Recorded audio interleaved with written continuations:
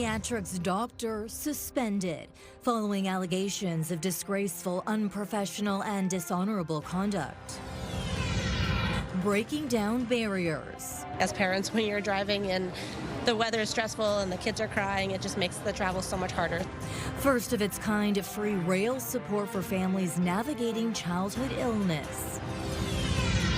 And home away from home. You're not just providing rooms, you're giving families the ability to stay together when it matters most. A multi-million-dollar donation for a new Ronald McDonald House at the future Fancy Family Hospital.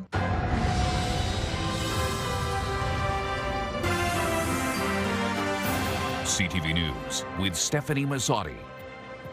Good evening and thank you for joining us on CTV Windsor and AM 800.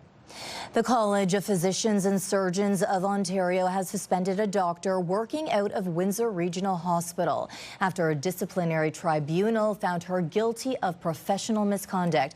For more on this, we turn to CTV's Travis Fortnum tonight. Travis. Yes, Stefanie, this centers around what the college calls a serious boundary violation, ruling Dr. Lena Mary Morgan blurred the line between her professional duties and her personal life. The tribunal found Morgan continued treating a patient while developing a personal and later romantic relationship with a close family member. The panel says that showed a serious lapse in judgment and crossed a professional line, undermining trust in the doctor-patient relationship. As a result, Morgan's license has been suspended for 3 months effective April 8th. She's also been ordered to complete ethics and professionalism training within 6 months and pay $6,000 in costs. When reached for comment, a hospital spokesperson could only say, quote, "When a physician loses their license to practice by the college, they can no longer exercise their privileges at a hospital, and we comply with such CPSO decisions." It goes on to say once a CPSO suspension is lifted, there's an internal process to review recommendations and subsequent decisions prior to any reinstatement. Along with the suspension, the tribunal also issued a formal reprimand saying it expects Morgan to reflect on the seriousness of her misconduct before returning to practice. Stefanie. Okay, Travis Fortnum with our top story tonight. Thank you for this, Travis. Windsor police are asking for help identifying a suspect connected to a violent vehicle theft where the owner of the vehicle was dragged and suffered injuries. Police say on March 27th, a Honda CR-V was stolen in Lakeshore.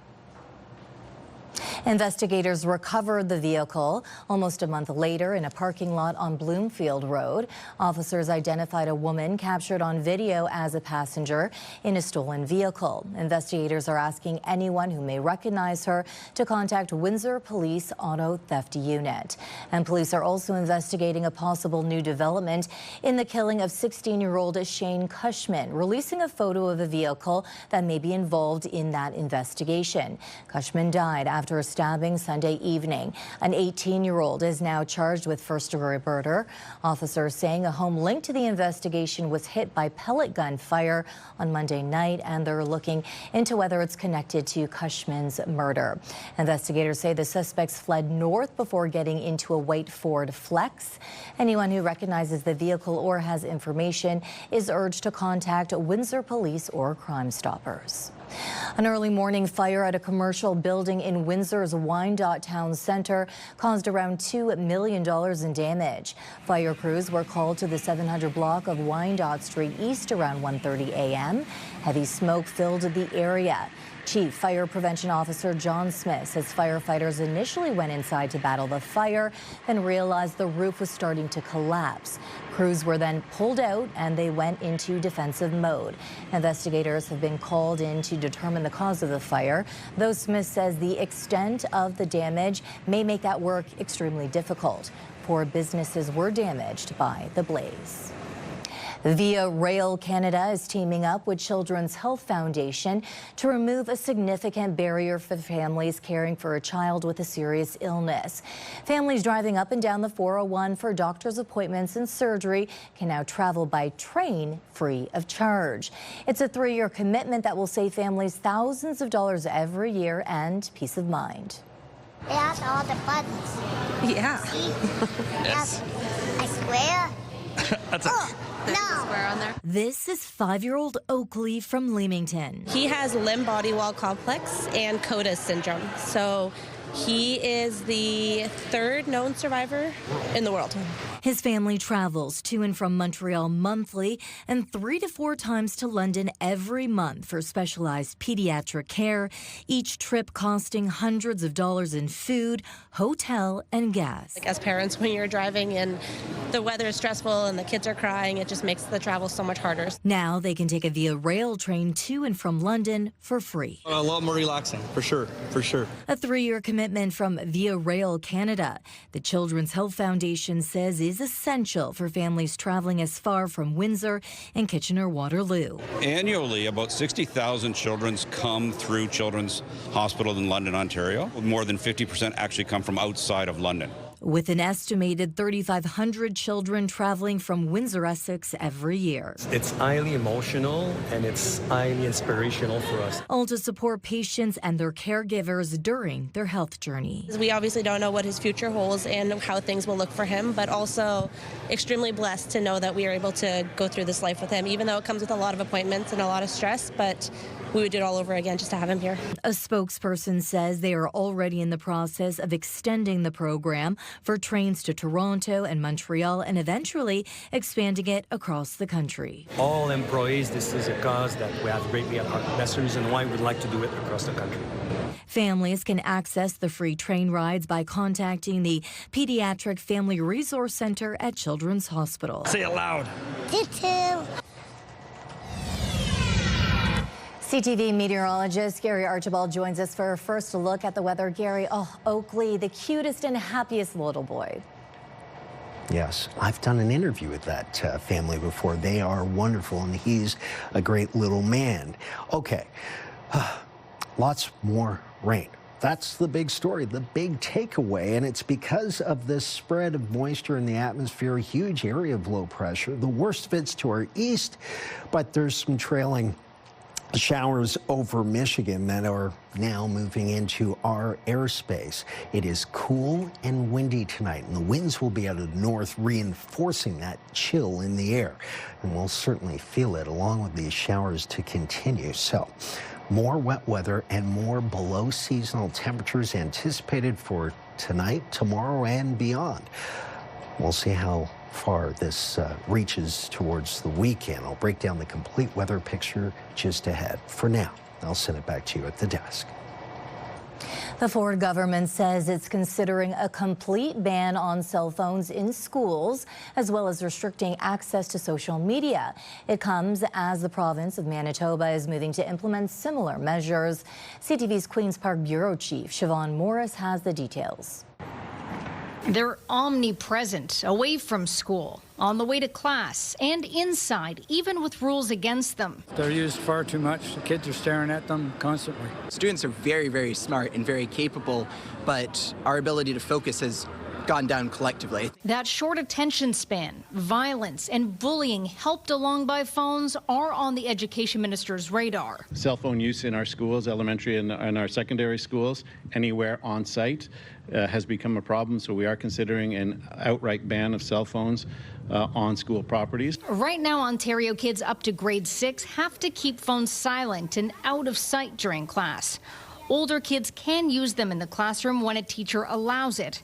The opposition leader likes the idea of keeping phones locked up, but isn't sure keeping them out of the building will work. Having that cell phone is a connection for parents to keep an eye on their kids and where they're at. And a lot of children, particularly here in the GTA, travel long distances to get to school or have other responsibilities like siblings. On the street, reactions are mixed. Don't ban totally because it's a modern society. People need to connect with people. I didn't grow up with a cell phone, so it's good to kind of focus on the learning, get people engaged in school and not distracted by phones and social media. I think high schoolers should be able to do whatever they want. I think if you're teaching someone to go into the world, you have to teach them to have accountability for their own actions. Over the weekend, Manitoba's premier announced plans to ban social media and AI chatbots for kids under 16. And I think here in Ontario, we have to actually do something about that. But you know, it comes from actually looking at the problem and trying to understand it. Educators say that means lots of dialogue, including with students. Without it, you're setting teachers and parents and students up for more conflict because the underlying causes are not being dealt with. Ontario's education minister says he's watching what Manitoba's doing and that he's working with the federal government, which is considering nationwide restrictions for young people accessing social media. At Queen's Park, Siobhan Morris, CTV News. A recent increase in red light camera tickets in Windsor is raising questions about whether the program is improving safety or just costing drivers more money. It comes just weeks after a reminder that even funeral processions aren't exempt from those penalties. CTV's Chris Campbell joins us now with more on this tonight. Chris. Yes, Stefanie, that funeral home warning caught a lot of attention, highlighting just how strict red light camera enforcement can be in Windsor. But city officials say the goal isn't to hand out more tickets, it's to change driver behavior and prevent crashes. At busy intersections like Tecumseh Road East and Paulette, drivers are being watched. The city now has 20 red light cameras, double what it had just a year ago, and more tickets are being issued. But not everyone agrees on what that means. It is a money grab for sure, you know. I think they should concentrate more on distracting driving. They are making roads safer for everybody. The red light means stop. So if you're not going to stop, you're going to get penalized for it. Ward 8 Councillor Gary Kashak says the cameras aren't about catching drivers off guard. We're not trying to hide this from anybody. This is not a gotcha moment. We're telling people where they're at. They're all over social media as to where they're at. You just gotta comply. If you don't run a red light, totally blow a red light, you don't get a ticket. He pushes back on the idea the program is a cash grab, saying drivers who get tickets are clearly breaking the law. For you to get a red light camera ticket, you have to totally blow the red light. You're very much caught, and you're very much guilty in that situation. Still, even with signage and public awareness, tickets continue to be issued. It's a hurry society. If everybody just left 5 minutes earlier, you wouldn't have to worry about that. A report presented to City Council this week shows 5,800 tickets were issued last year, up from 5,034 in 2024. Officials say the goal is actually the opposite of writing more tickets. We actually would like to see the numbers of tickets go down even as the cameras go up, because that means they're having the deterrent effect that we're looking for. With penalties reaching $325, Kashak says success would mean fewer fines and safer roads. I'd rather have people be safe. I'd rather have drivers not get the tickets and see the safety go up. Kashak says the city is taking a data-driven approach before considering more cameras, meaning some could be moved, relocated to busier intersections. For now, officials say the message is simple. Slow down, pay attention, and stop on red. They'll review the data again from 2026 to decide whether any cameras should be relocated, but there are no plans right now to expand beyond the 20 they currently have. Stefanie? Okay, Chris Campbell, thank you for this. Now, this does take us to our question of the day. Have you ever received a ticket from a red light camera? Go to our website to cast your vote, ctvnewswindsor.ca. Yesterday, we asked if the province should review its current for-profit addiction treatment and dispensing models. Out of around 600 responses, 90% answered yes. With the delay of the opening of the Gordie Howe International Bridge, City Council is asking for more community benefits funding from the federal government.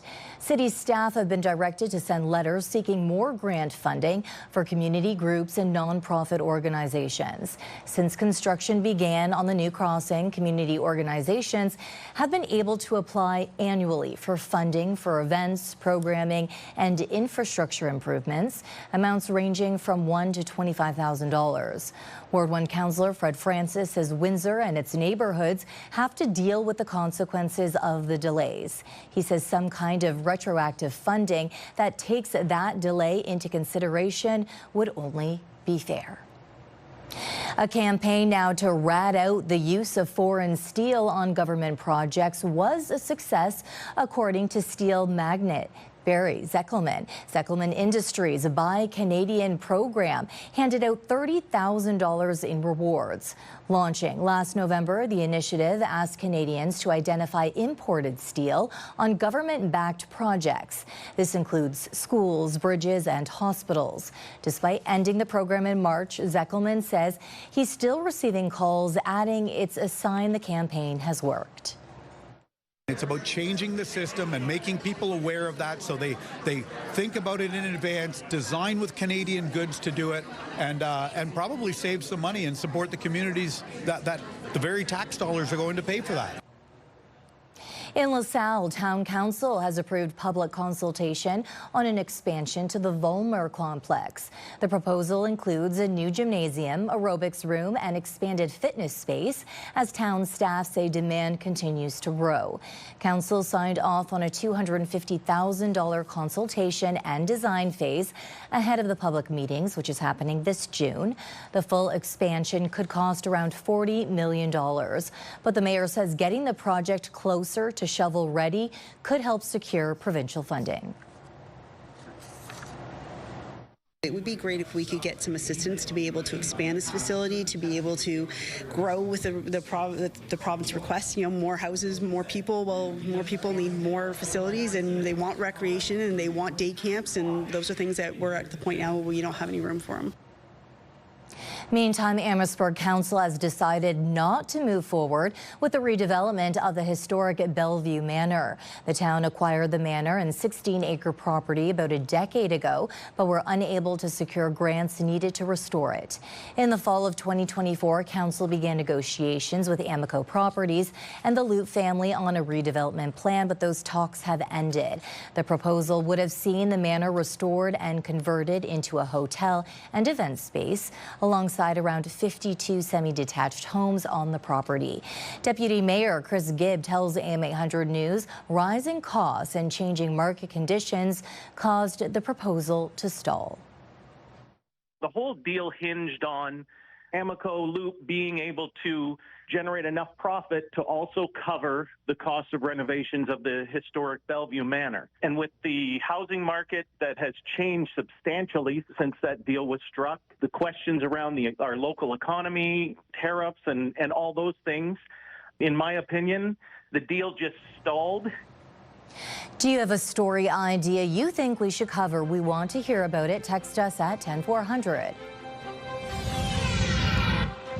Still ahead on Windsor's News Leader, the legal fight as the families of Tumbler Ridge victims sue OpenAI. The Conservatives slam new spending while questions grow over missing billions in the federal plan. And tomorrow, the next steps in the biggest road rehab program in Windsor's history. What will it mean for your summer commute? That's tomorrow at 6 on CTV News. Start your day with the latest local news. By signing up for our newsletter, you'll get direct local content straight from CTV Windsor to your inbox, including top stories, the forecast, and videos. You can sign up at ctvnewswindsor.ca. The families of mass shooting victims in Tumbler Ridge, British Columbia, are suing OpenAI and its CEO, Sam Altman. The Chicago-based lawyer says they will likely be seeking more than $1 billion. Lawsuits launched in U.S. federal court in San Francisco today allege the tech company identified the shooter as a credible threat 8 months before the attack, but did not warn police. The lawsuit also accuses OpenAI of not alerting police because it would have exposed the volume of violence-related conversations on ChatGPT, potentially jeopardizing the company's path to a nearly $1 trillion initial public offering. 9 people, including several children, were killed in the shooting in Tumbler Ridge back in February. More criticism today from the opposition to the Liberal Springs fiscal update. Conservative leader Pierre Poilievre slammed the statement for being vague and not tackling affordability. CTV's Michael Couture on the lack of specifics in the mini budget. I know I'll speak slowly for the Liberal mathematicians on the other side of the House because Conservative criticism of the spring economic update continued to focus on government spending. More cost, more debt, more taxes, more on the national credit card, and more interest payments for Canadians. The Prime Minister defended his plan and the government's programs. We're building the country strong for all, including Canada's youth, the biggest investment in apprenticeships in our history. Hear, hear. While the economic update did detail the $5.9 billion training program, it was lacking when it came to the $25 billion sovereign wealth fund and where that money will come from. The spring update did mention unlocking the value of airports. In Montreal, the finance minister did not rule out their privatization. There might be different type of ownership that might be providing better value for money for Canadians, because after all, it's their assets. Information about Canada's military spending was also absent from the economic statement. Last month, Canada announced it hit the NATO target of spending 2% of GDP on defense. And Carney has committed this country to a new spending pledge of 5% by the year 2035. We've got 10 years to get to 5%. We're only in year one, and we're moving very quickly. We've got an extra $82 billion to spend over the next 5 years. And we're going to review the spend in 2029, as are all NATO countries. They had to put in a huge amount of money overall anyway, but that amount is getting bigger if we can keep in pace with the growth in the Canadian economy. The Secretary of State for Defense Procurement also points out the government wants to scale up domestic military production, believing it could create more jobs in this country. Mike Lecouteur, CTV News, Ottawa. Now, one of the key promises in the update was the nearly $6 billion to be invested in the trades. CTV's Adrian Gabriel on what this means to the workforce. The sturdiness and strength of the trades in Canada, in part, begins here. Insulation, drywall, taping. The founder and CEO of the Skilled Trades College, Ralph Cerasuolo, believes a large part of the country's future rests in the hands of his graduates. The ratio of tradesmen that leave the workforce and that enter it is 7 to 1 across North America. So for every 7 that leave, it gets replaced with 1 individual, and that's a compounding problem year over year over year. BuildForce Canada has estimated a potential labor shortage of 385,000 workers in the construction trades by 2034, with 20% of the current workforce expected to retire over the next decade. Devin Forbes is hoping to be part of the solution. As a student, he has his eye on becoming an HVAC specialist. A lot of people feel stuck sometimes, and I feel like the trades is the way out. Though Forbes wouldn't have been able to afford his tuition without receiving a scholarship from the private sector, he believes an influx of federal funding would help students like him achieve Red Seal status in the skilled trades. The amount of things that I learn every day, that I feel every day when I wake up tomorrow, I know I'm doing better than I did yesterday. Merci tout le monde. In this week's federal budget, Ottawa announced $5.9 billion over 5 years to recruit, train, and hire upwards of 100,000 new red-sealed skilled trades workers by 2031. Cerasuolo believes the multi-billion-dollar announcement speaks to just how desperate the shortage of trade workers has become. Does nation building happen in Canada without the trades? Absolutely not. You can't have one without the other. Those right here on the floor at the Skilled Trades College tell us another important component to filling the labor shortage gap is helping young Canadians understand that this is a highly respected professional career path vital to building Canada's future. Adrian Gabriel, CTV News. The Bank of Canada is keeping its benchmark interest rate at 2.25%.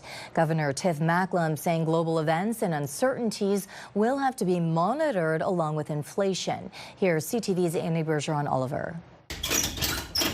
At Parkview Moving, the high cost of gas is making it harder and harder to run a profitable business, offering short and long-haul moves. It's very difficult, and we don't want to pass that extra burden or cost on to our clients, so we're absorbing a lot of that cost ourselves. And they're not alone. The war in Iran is driving up oil prices and squeezing both Canadian businesses and consumers. That spike, a main reason the Bank of Canada now sees inflation peaking at 3% this month and staying elevated until early next year when it's projected to return to 2%. The best thing to do today is maintain the policy interest rate where it is. But I will stress that there is no risk-free path for the policy interest rate. The bank decided to hold rates steady for now, but admits a lot could change in the coming months. If oil prices stay around $100 a barrel, consecutive rate hikes could be needed. At the same time, the bank says if new U.S. tariffs or trade restrictions are put in place, cuts may be needed to stimulate the economy. The bank is committed to ensuring that Canadians continue to have confidence and price stability through this period of global upheaval. So what does this all mean for anyone in the market for a new home?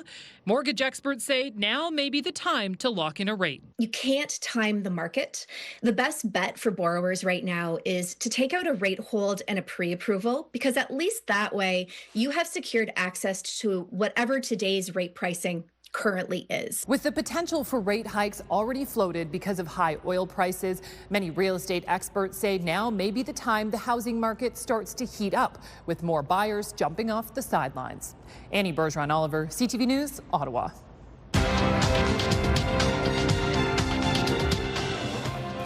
Canada's main stock index was down despite strength in the energy sector. In Toronto, the TSX lost 266 points. In New York, the Dow dropped 280, the Nasdaq gained 9. The Canadian dollar fell a modest 0.02 On commodity markets, gold is down almost $47 an ounce and oil is up $6.95 a barrel. The Ronald McDonald House inside Windsor Regional Hospital is set to nearly double space for families. Details still ahead. Thank you, Patrick Gledhill, for this image. Our CTV News weather snapshot for Wednesday. Blue Jays. I'm sure you've seen some other birds milling about. We'll see if the rain keeps them at bay. More to come tonight and tomorrow, perhaps. I'll break down what you need to know weather-wise coming up next on CTV News Windsor. Discussion here at Windsor City Hall. Windsor's top stories. A major project is about to get underway. Breaking news alerts. Severe weather is a possibility. And watch live. Good evening and thank you for joining us. Download the CTV News app.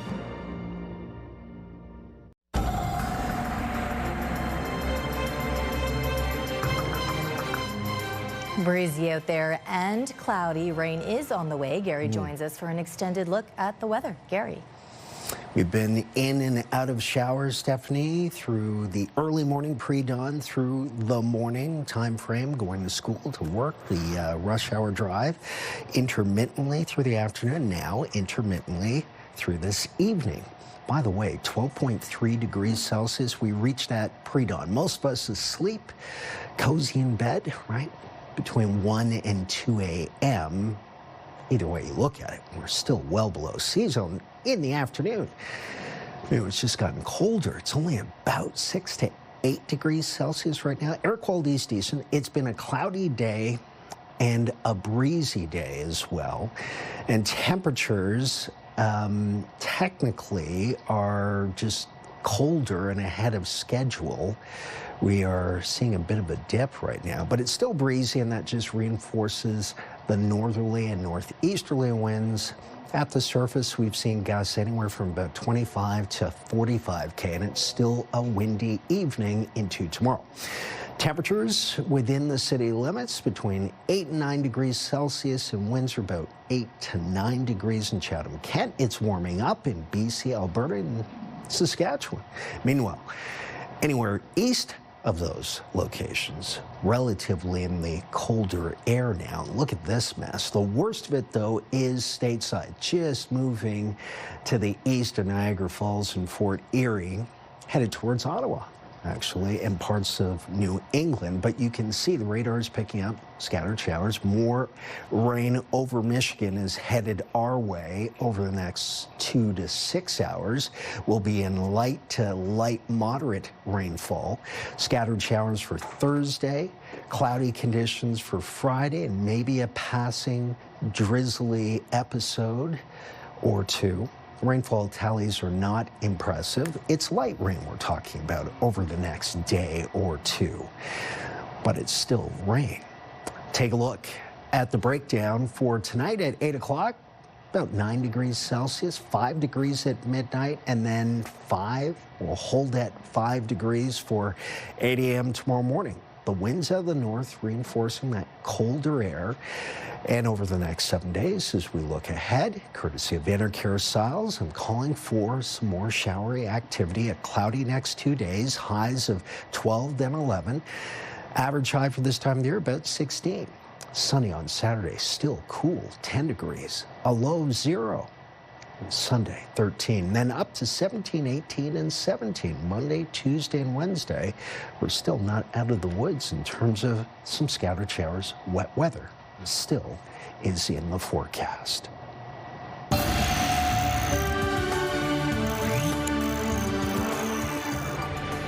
A record donation to Ronald McDonald House Windsor will help set the stage for an expansion at the new fancy family hospital. You're not just providing rooms, you're giving families the ability to stay together when it matters most. Happy 10th anniversary, Ronald McDonald House Windsor. Thank you for being our home when we needed one most. The Stefanie and Barry Zuckerman Foundation donating $3 million to help families in need. The Windsor House provides a home away from home for families with ill or injured children receiving care at Met Campus. This donation will help nearly double capacity at the Windsor House Zeckelman Center at the new hospital. Last year, 58 families were turned away for long-term stays due to a lack of space. We wanted to make sure that in the new hospital that's being built, that it was expanded, done the right way. They learned their lessons, the things, their wish lists of things to do better and to do more of, and continue to provide this level of comfort and care to the people in our community and even outside communities who need it is great. We're just really proud to be a part of it. A major milestone as Health Canada has approved the first generic version of Ozempic. The drug is widely used for type 2 diabetes and weight control. The approved generic version is made by Indian pharmaceutical company Dr. Reddy's Laboratories and is considered the same as the brand name in terms of safety and effectiveness. The move is expected to bring down costs for users. The Windsor Symphony Orchestra officially announced its campaign that kicks off on September 26th, its first season since the death of longtime maestro Robert Franz. It's called A Season of Becoming. The season is being billed as a period of transition, foretelling the story of what is to come as the orchestra searches for a new music director. Cancer may have taken Robert Franz's life, but not much before he did much of the programming for the season's performances. A priority for us in the search process was that we could find someone in Canada, if at all possible, and someone that is excited about making Windsor their home, rather than flying in and out as concerts take place. Well, the Lakeshore Canadians stave off elimination once again. We'll tell you how good they've been with their backs against the wall when we return.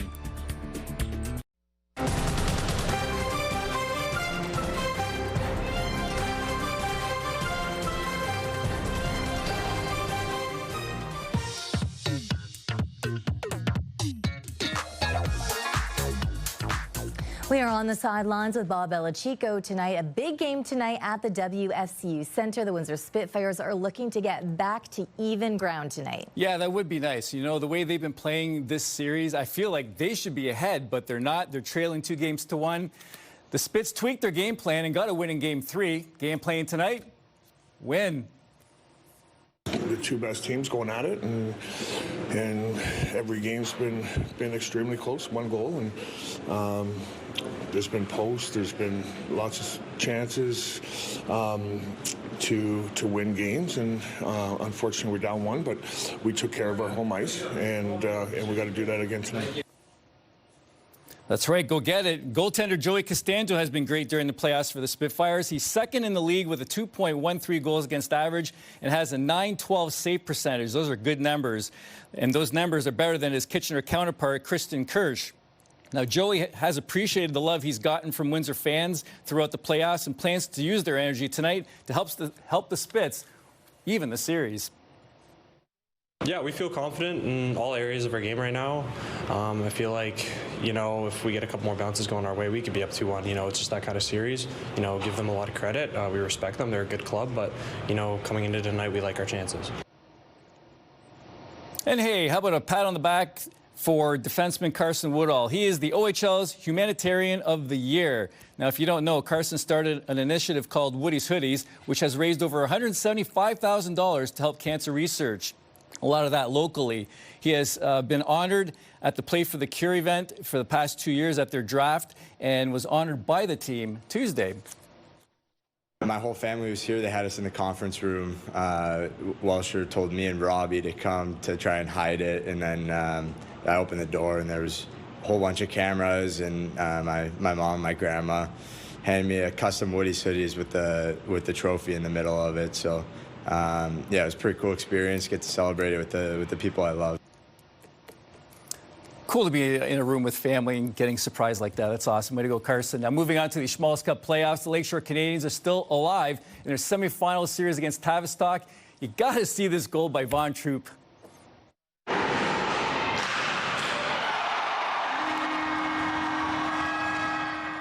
mean, it looks better in slow motion. Check this out. Now, who does that anymore? A clapper from that far away from the net? Come on. That was sick. Lakeshore beat Tavistock 5-2 Tuesday night and now trail the Braves 3-2 in that series. The Canadians, check this out, are 6-0 in elimination games. Will they get lucky 7 tonight in Tavistock? Hey, it was going in the net or him, so either way it worked out, and yeah, we came out to win. That's all that matters. Won today, coming here, going there tomorrow, win that game. I feel like, you know, when we're down, we're a completely different team, and we come together really well, and we just start working hard, laying the body and stuff, playing as a team, and that's all we can really do, right? Go Canadians. So the CFL draft was held last night, and the Windsor Lancers had a record number of players drafted. I thought last year was good. This year was even better. Yeah, they had a record number. 6 players were chosen, all during the second round and beyond.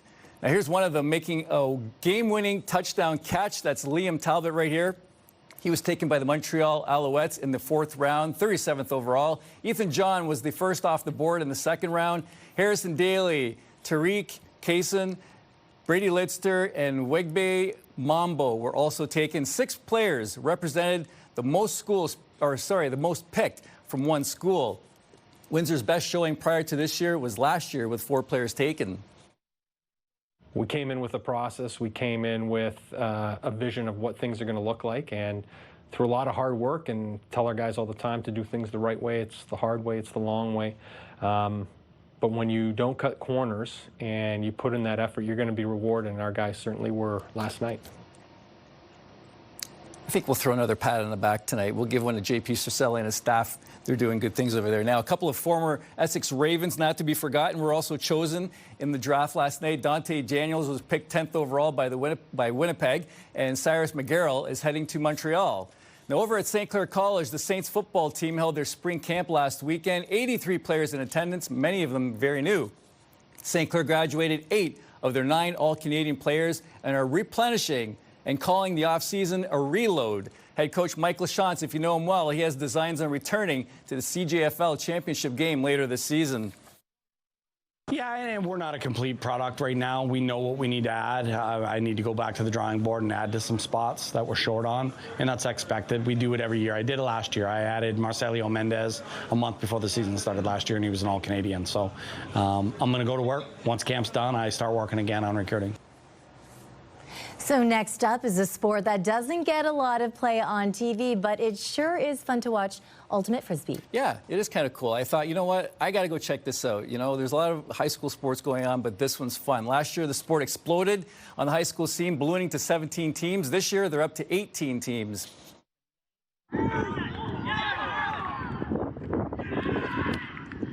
That's a great snag there. Great play by Kennedy Matham of St. Anne. She is a second-year player who has seen the skill level of the league increase this season. What's happening is more athletes are crossing over to play a sport that has strategy and provides great cardio. Just from going from hockey to a running sport, it's definitely a big thing, like stamina-wise, and just like probably, yeah, it's a big difference between it. Everyone's bringing in a great environment. Like, we all have different chants and everything, and I truly think that this is just like a great sport if you just want something really chillaxable. Like, it's great.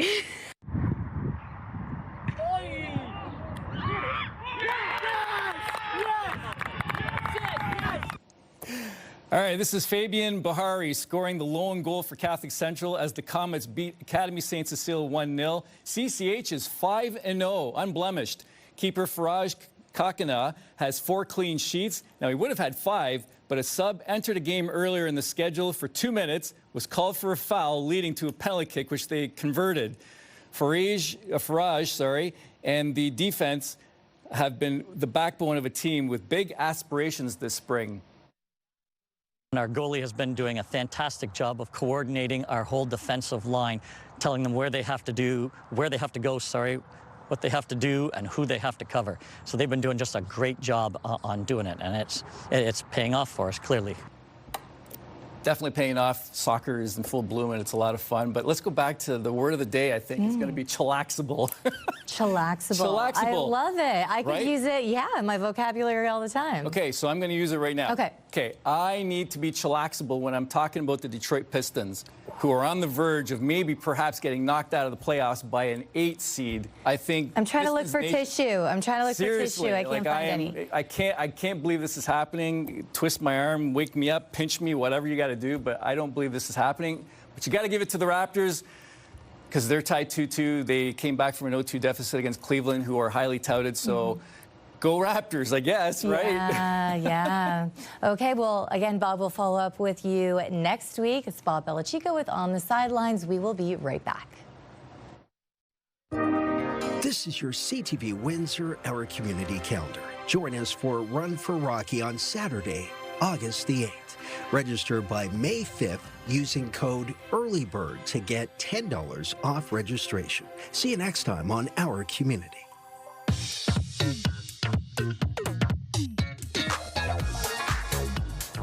It's time to check in on what's happening now with Melanie Kettner. And Melanie, we have more now on the Via Rail Canada's commitment to help families traveling up and down the 401 for pediatric care.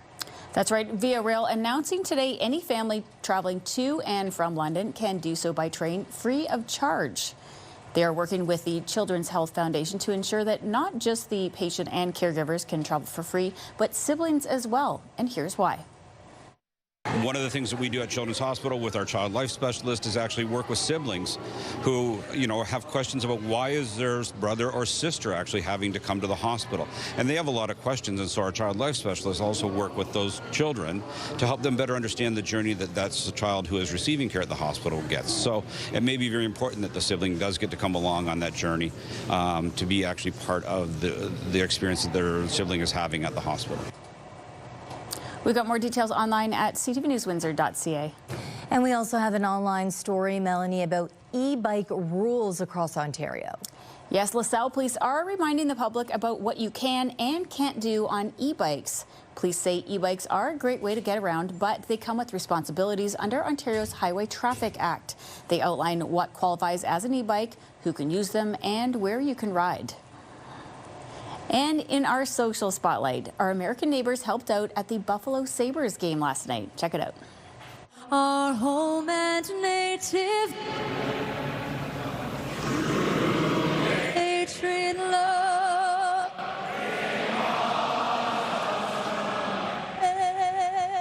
Amazing. The Sabres fans belted out the words to the Canadian anthem when the mic kept cutting out. Of course, they play O Canada before every home game at the KeyBank Centre, even when they aren't playing against a Canadian team, Stefanie. I absolutely love this. Obviously not just stepping out to help out with the singer there, but maybe we should talk to Detroit. I would like to hear the Canadian national anthem every time as well. It's true. It's so nice when everybody comes together. Okay, thank you, Melanie, and that's what's happening now. Still ahead, dramatic video from inside a school bus. A group of quick-thinking students stopped their runaway bus.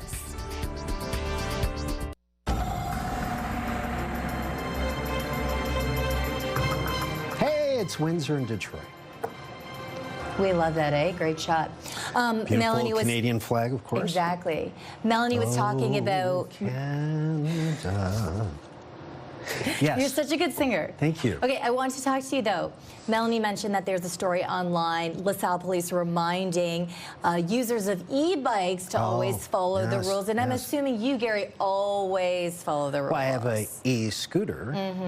My mountain bike's, conventional, but always. Helmet, I got the gloves, the gauntlet, the knee pads, elbow and wrist. I've seen people break the wrist with false pavement. Safety all the time. Yeah, that's right. Weather? Yes. It's just going to rain. Okay. It's going to be raining tonight into tomorrow. Okay, sounds great. Finally tonight, some scary moments in Mississippi. A group of fast-acting students stopped their school bus from crashing on a highway after the driver passed out at the wheel. Look at this. 40 kids were on board when an asthma attack struck the driver. As you can see in this video, the mostly sixth graders sprang into action, taking control of the wheel and reaching for the brake, bringing the runaway bus to a stop. It was just adrenaline pumping. I saw that the bus was veering off to the side, then I grabbed the wheel. And then, so she passed out again, and then the bus started rolling forward. As you hear, the students noticed the driver was holding a medication in her hand. They helped administer that medication to her and called 911. The driver has recovered and no students were hurt in this scenario. Definitely scary. Yes. I feel like whether you have kids or if you remember taking the bus as a child. They're all heroes. Yeah. Amazing. They're all cool and collected and calm. I feel like in a sense this video might be a good idea to share to students across Windsor, Essex. And adults. Exactly. On how to deal with a crisis situation. They did a great job. They should get an award. 100%. I truly think that. They're awesome. Yeah. I'm sure that's already in the works. Okay, on behalf of our dedicated team here at CTV News Windsor, thank you for watching. For updates throughout the evening, go to ctvnewswindsor.ca. Of course, Gary, you and Travis will have your only late local newscast tonight at 11. That's right. I'll be back later.